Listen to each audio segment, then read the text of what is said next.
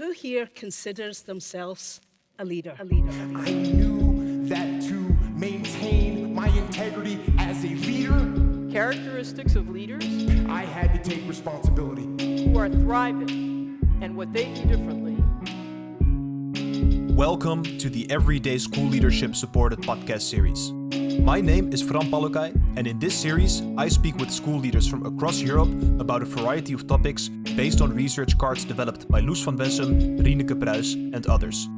These research cards function as practical tools that you can use to tackle everyday challenges within your organization. Welcome to this episode in which we're going to talk about the collective teacher efficacy. And this basically means that as a teacher, you make a big impact on the children, on the students, and you can do this by yourself, but you can also do this collectively together. So it's not yes, I can, but yes, we can.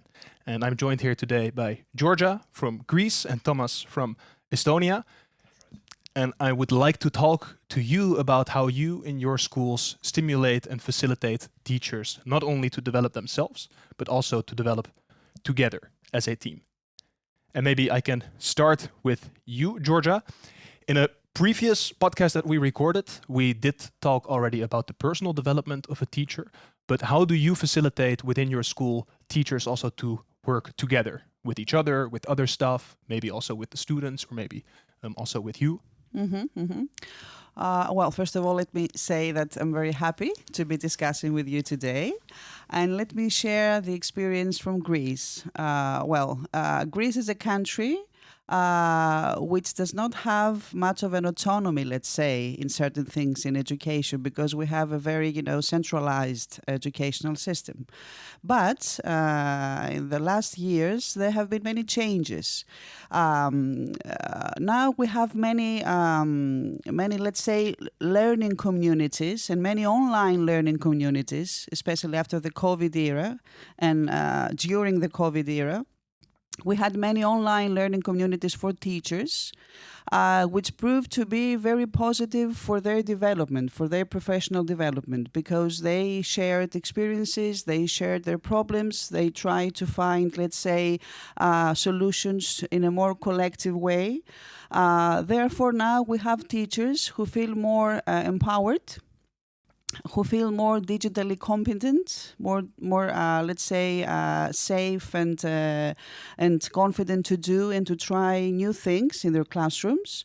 And one thing which is very important, I think, in teachers' development is to have this policy of open doors. I mean, classrooms should not be a private, let's say, thing for the teacher and the students.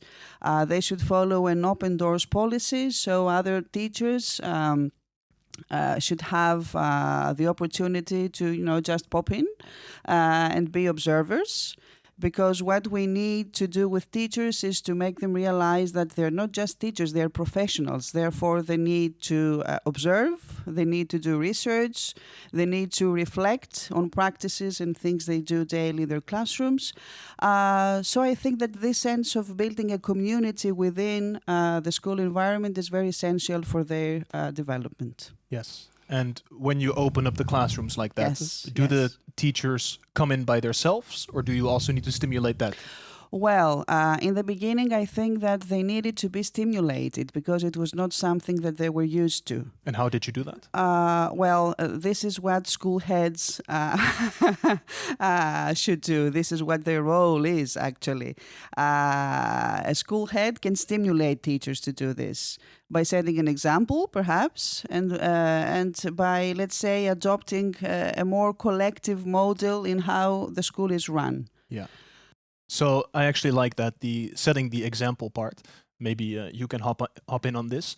How easy is it for the teachers in your school to walk into your classroom or your office in this case? Like, how is that open door feeling also for the teachers? Yeah, that was a very good intro, actually. What I can say is that Estonia, on the contrary, is very autonomous.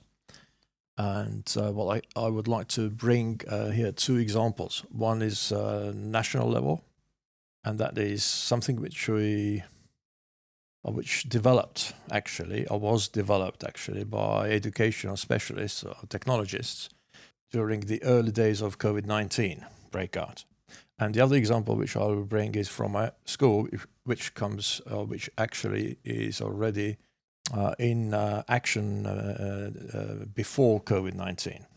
So when the COVID-19 broke out, the educational technologists all of a sudden and very quickly set up a Facebook community where they started to ask similar questions, sharing their technological but also educational approaches to how to manage, how to get still students engaged, what are the new tools, how to operate remotely, because nobody knew how long that is going to happen. So that is the sort of thing which didn't need to have a special approach from the school leadership or the ministry.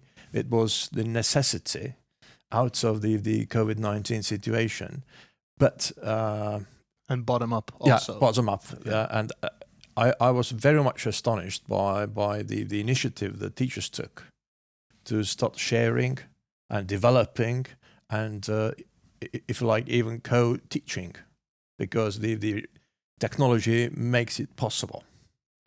Now, to my school, then we have around 10 plus years introduced the collaborative planning sessions, which means that every Thursday, teachers have an hour and a half for coming together, and then depending what the theme is.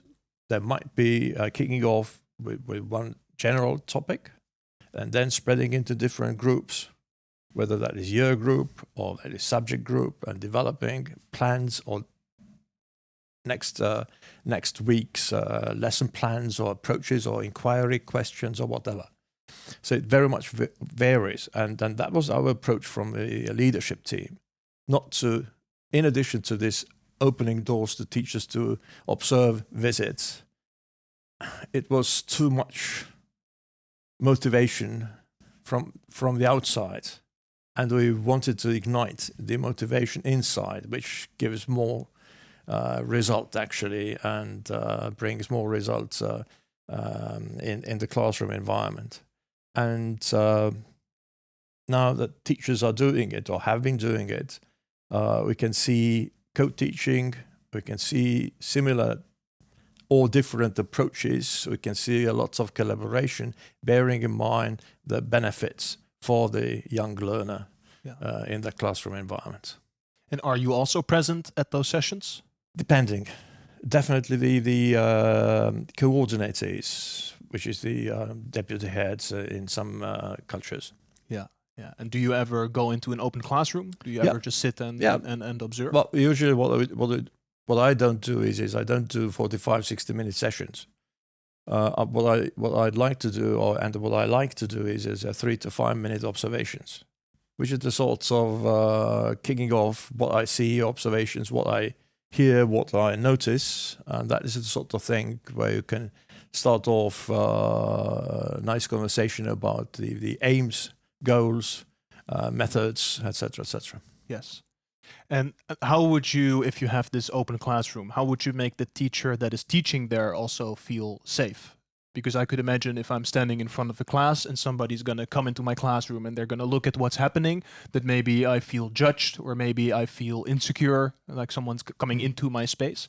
And is there some way you prepare that or you help them? Well, yes, it's something that, evolves gradually, let's say, because at the beginning, yes, some teachers were very reserved, but I think that it all starts from this sense of community which is created in the school environment. So once teachers feel that they're not judged, that they are partners, they cooperate because they have a common goal, then I think that this sense of sharing a common vision makes them not feel like being judged by the others. So this is really important, how the school head, the school principal makes them feel before this open doors policy is put into practice. Yes. And how is this common goal established? Are all the teachers part of the creation of that goal? Yes, because they set their goals each year. They're coming together in the beginning of the school year, so they're talking about the needs of their school,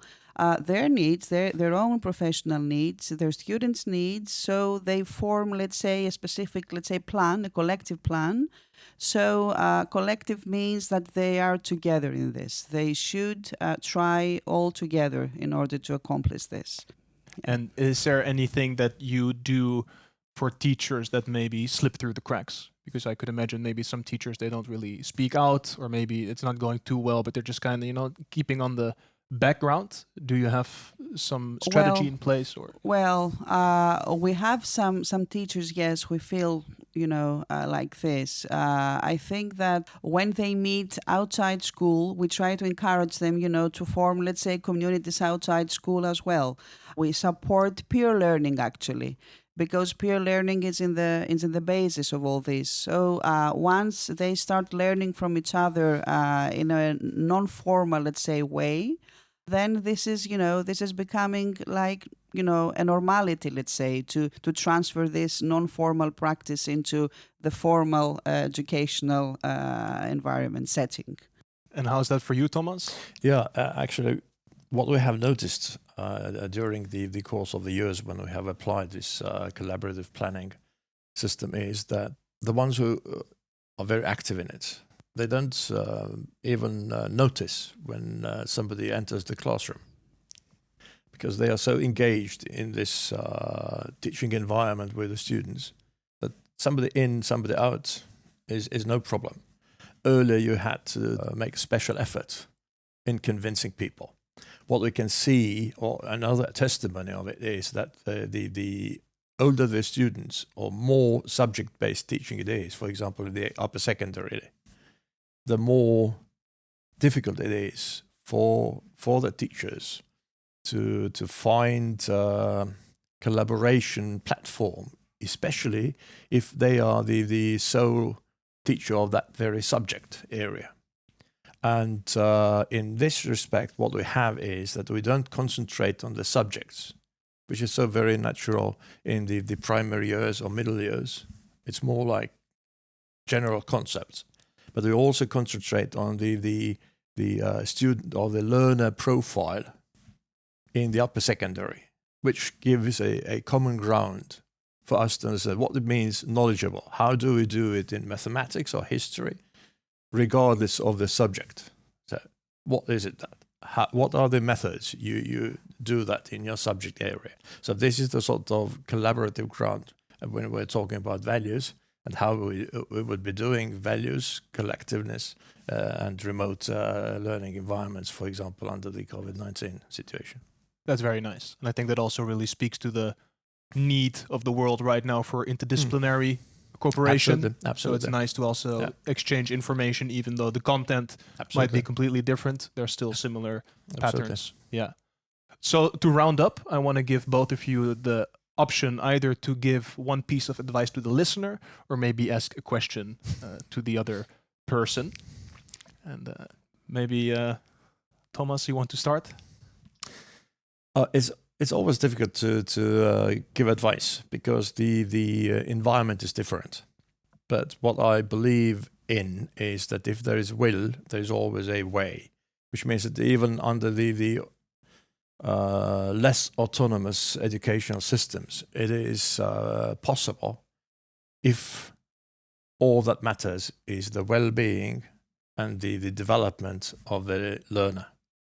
I think we can find the common ground, and if we bring in the set of values which we cherish and we think will be necessary for the next generation to develop and honor.